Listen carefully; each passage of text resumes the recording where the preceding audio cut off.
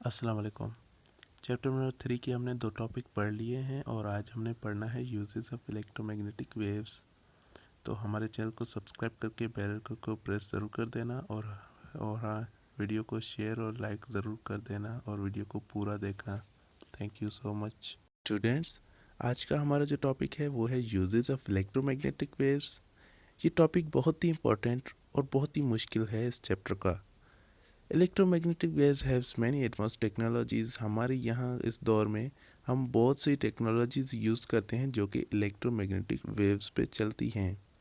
मिसाल के तौर पे हम यहाँ पर देखते हैं पहले रेडियो वेव्स, वो कहाँ से पैदा होती हैं और हमें कैसे मिलती हैं। Radio waves has longest wavelength. इनकी जो वेवलेंथ होती है वो लॉन्गेस्ट, वो सबसे ज़्यादा बड़ी होती है। किसमें? इलेक्ट्रोमैग्नेटिक स्पेक्ट्रम में। हमने जो ऐसे स्पेक्ट्रम एक देखा था, तो इसमें इसकी जो वेवलेंथ होती है रेडियो वेव्स की, वो सबसे लार्जेस्ट होती है। Stars are natural transmitter of radio waves. यहाँ पर जो नेचुरल स्टार्स हैं वो क्या करते हैं, वो रेडियो वेव्स को पैदा करते हैं। हम उनको आर्टिफिशियली भी पैदा कर सकते हैं, लेकिन स्टार्स हैं वो नेचुरल तरीके से रेडियो वेव्स को पैदा करते हैं। और हम यहाँ पर ट्रांसमिटिंग एंटीना से उस करंट को ऑसिलेट करके हम यहाँ पर रेडियो वेव्स को पैदा कर सकते हैं। उसके बाद आ रहा है, in radio system microphone control the current to the antenna so the radio waves pulsate. यहाँ पर क्या होता है, यहाँ पर हमें एक ट्रांसमिटिंग एंटीना चाहिए होता है रेडियो वेव्स को फैलाने के लिए, और एक और हमें एंटीना चाहिए होता है जो कि उन्हीं रेडियो वेव्स को रिसीव करे और हमें दूसरी एप्लीकेशन तक पहुंचाने में मदद करे। रेडियो वेव्स हमारी टेलीविज़न की कम्युनिकेशन में भी इस्तेमाल होते हैं। जैसे कि यहाँ पर लिखा हुआ है कि रेडियो वेव्स टेलीविज़न कम्युनिकेशन में भी इस्तेमाल होते हैं और इसकी फ्रीक्वेंसी बहुत ही हाई होती है, इसीलिए ये इस वजह से यहाँ पर इस्तेमाल हो रहे हैं। These waves have shorter wavelength. इनकी जो वेवलेंथ होती है वो छोटी होती है बहुत, एंड इसीलिए ये क्या होते हैं, ये डिफ्रैक्ट नहीं होते, हिल्स में डिफ्रैक्ट नहीं होते और डायरेक्ट एंटीना से रिसीविंग एंटीना तक पहुंच पाते हैं। उसके बाद जो हमारी वेव्स हैं वो माइक्रोवेव्स हैं, और माइक्रोवेव्स की जो वेवलेंथ होती है वो शॉर्टर होती है, और इनका जो वेवलेंथ होता है वो माइक्रोमीटर्स में मेजर किया जाता है। उसके बाद इनकी जो फ्रीक्वेंसी होती है वो हायर होती है। हमें पता है कि जिसकी फ्रीक्वेंसी अगर ज़्यादा होगी तो उसकी वेवलेंथ कम होगी, तो इसीलिए इसकी जो फ्रीक्वेंसी है वो ज़्यादा होती है और वेवलेंथ इनकी कम होती है। तो इनकी सभी रेडियो वेव्स से जो वेवलेंथ होती है इनकी, वो कम होती है। उसके बाद these are usually generated inside the splash. यहाँ पर ये स्पेशलाइज्ड ओवन में पैदा होती हैं, जो कि एक किस्म का इलेक्ट्रॉन ट्यूब होता है।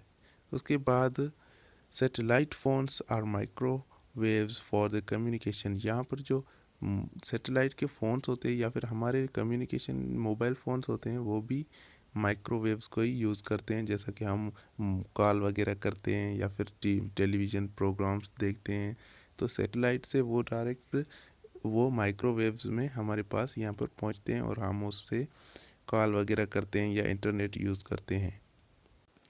माइक्रोवेव्स होती हैं वो क्या करती हैं, वो पेनिट्रेट कर जाती हैं, वो बीच में से गुजर जाती हैं किसके, रेन के, क्लाउड्स और स्मोक, धुआं हो या फिर रेन हो, बरसात वगैरह, तो उन्हीं उन्हीं में भी ये पेनिट्रेट कर जाती हैं। इसीलिए ये ज़्यादा फ़ायदेमंद हैं, इसीलिए हम इन्हें ज़्यादा यूज़ करते हैं।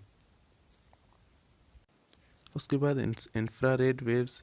इंफ्रारेड वेव्स ये हाउस होल्ड इलेक्ट्रिकल एप्लियंसेस में यूज़ होती है, और television controller and instructor in alarms, ये इन सब चीज़ों में यूज़ होती है। इंफ्रारेड को हम आईआर से रिप्रेजेंट करते हैं, आईआर भी हमें इसे लिख सकते हैं। ये एक किस्म की इलेक्ट्रोमैग्नेटिक रेडिएशन है जिसकी वेवलेंथ है वो ज़्यादा बड़ी होती है, लॉन्गर होती है विजिबल लाइट से भी इसकी जो वेवलेंथ है वो बड़ी होती है। Infrared waves radiation are radiated are absorbed by molecules. They have change their rotational vibrational movements. Infrared wireless remote control, ये जो है ना वो वायरलेस चीज़ों में यूज़ होती है। वायरलेस चीज़ें वो जिसमें वायर ना हो, और वो जो भी हम वायरलेस चीज़ें वो यूज़ करते हैं उनमें इलेक्ट्रोमैग्नेटिक वेव्स यूज़ होती हैं।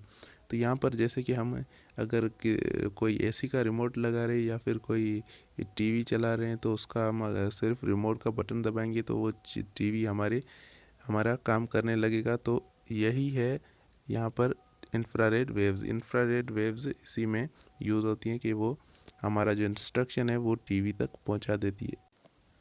उसके बाद है लाइट ऑप्टिक फाइबर्स। यहाँ पर लाइट ऑप्टिकल फाइबर्स इन मेडिकल यूजेस, यहाँ पर लाइट ऑप्टिकल फाइबर्स जो हैं वो मेडिकल में यूज़ कैसे होती हैं।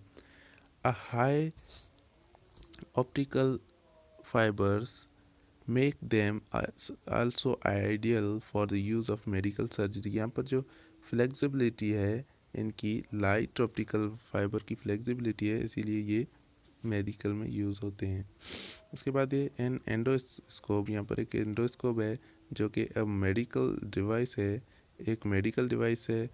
Is a long tube consisting of optical fibre, जो कि एक ऑप्टिकल फाइबर्स का एक बड़ा ट्यूब है that may enable doctor to absorbabilities. यहाँ पर डॉक्टर को ये इसमें मदद करता है कि वो पेशेंट की कौन सी एबनॉर्मलिटी है उसको चेक कर सकते हैं इनकी वजह से।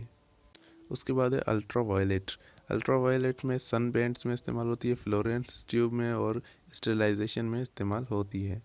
Very hot object such as a sun, यहाँ पर जो सन है वो बहुत ही हॉट ऑब्जेक्ट है, वो क्या करता है, वो वायलेट रेडिएशन इमिट करता है, वायलेट रेडिएशन को वहाँ से भेजता है। तो विजिबल स्पेक्ट्रम में जो सबसे ज़्यादा जो हॉट वेव्स हैं उनको हम कहते हैं अल्ट्रा वायलेट रेडिएशन। उसके बाद ultra violet radiation has produced by passing an electric current through a mercury vapours in a tube. यहाँ पर मर्क्यूरी वेपर्स का एक ट्यूब है, उसमें से हम जब करंट को गुजारते हैं तो वहाँ से इलेक्ट्रो वायलेट रेडिएशन हमें मिलती हैं। उसके बाद electro violet radiation is further divided into 3 bands. यहाँ पर इलेक्ट्रो वायलेट रेडिएशन यहाँ पर 3 बैंड्स में डिवाइड की गई है, जो कि हैं UVA, UVB एंड UVC। तो इनकी वेवलेंथ थोड़ी डिफरेंस है बिटवीन इनकी वेवलेंथ। तो यहाँ पर हम इन्हें देख लेते हैं कि इनकी वेवलेंथ कितनी है। तो पहला जो है इसकी वेवलेंथ है 315 से लेकर 399 नैनोमीटर। उसके बाद दूसरा जो UVB है उसकी रेडिएशन है 280 से लेकर 314 नैनोमीटर। और UVC जो है इसकी वेवलेंथ है 100 से लेकर 279 तक। तो ये in fair skin the rays can penetrate deeper and harmful to the live cell. Excess ultraviolet rays exposure can result in several skin disease. यहाँ पर अगर हमें ये अल्ट्रावायलेट रेज हैं ये हमें स्किन के लिए बहुत ही हार्मफुल होती हैं, इसीलिए हम इनसे बचते हैं। उसके बाद सन बैंड्स क्या है? Ultraviolet lamps that emit UVA and UVB radiation are used in sunburns. Ultraviolet lamps होती हैं जो कि हमें UVA और UVB से मिलती हैं, वो हम सनबर्न्स में इस्तेमाल करते हैं। It is a popular country with periods of limitation lights. यहाँ पर जहाँ पर लाइट की लिमिट हो, लाइट कम हो, वहाँ पर हम सनबर्न्स का इस्तेमाल करते हैं। उसके बाद फ्लोरेंस क्या है? फ्लोरेंस एक किस्म का जो पाउडर होता है फ्लोरेंस, यहाँ पर फ्लोरेसेंट लिखा हुआ है, तो it is absorbed in ultraviolet rays. Some material convert the energy into the light and glow. यहाँ पर कुछ ऐसे मटेरियल होते हैं जो कि एक किस्म के ट्यूब में भरे होते हैं और एक किस्म का पाउडर होता है, उससे जब भी अल्ट्रावायलेट रेज जब भी पास होती हैं तो वो लाइट में कन्वर्ट हो जाती हैं और उसे हम विजिबल लाइट की तरह यूज़ करते हैं। उसके बाद एप्लीकेशंस ऑफ एक्सरे है। यहाँ पर एक्सरे की एप्लीकेशंस क्या हैं? तो x-ray are produce when fast moving electron lose their energy quickly. यहाँ पर फास्ट मूविंग एक किस्म के एटम्स में फास्ट मूविंग इलेक्ट्रॉन होते हैं, वो जब अपनी एनर्जी लूज़ करते हैं तो यहाँ पर अल्ट्रावायलेट रेज, यहाँ पर एक्स रेज पैदा होती हैं। तो एक्सरेज का हमारे इसमें बहुत ही इस्तेमाल है हमारी मेडिकल साइंस में। एक्सरे से हम किसी भी ऑर्गन के अंदर की एबनॉर्मलिटी देख सकते हैं और किसी भी बोन का फ्रैक्चर वगैरह हम एक्सरे से देख सकते हैं। उसके बाद computed tomography means CT scan. CT scan भी एक किस्म का ऐसा कंप्यूटेशनल डायग्नोस्टिक टूल है जिससे हम कोई भी डिजीज़ इसके अंदर अगर इंजरी हो किसी पेशेंट के अंदर तो उसको हम डिटेक्ट कर सकते हैं इनकी कंप्यूटेड टोमोग्राफी की मदद से। उसके बाद रेडिएशन थेरेपी क्या है? Is a cancer treatment uses control doses and high frequency of kill cancer cells and यहाँ पर क्या होता है, ट्यूमर के सेल और कैंसर के सेल को मारा जाता है किसकी मदद से? रेडिएशन की मदद से। Internal radiography is a technique of inspecting material. यहाँ पर इंटरनल रेडियोग्राफी क्या है? इंडस्ट्रियल रेडियोग्राफी वो रेडियोग्राफी है जिससे हम किसी भी मटेरियल के अंदर देख सकते हैं उसके अंदर कौन सा डिफेक्ट है उनके अंदर। उसके बाद applications of gamma rays. Gamma rays की एप्लीकेशन को देखते हैं। Gamma raise come from the radio active material.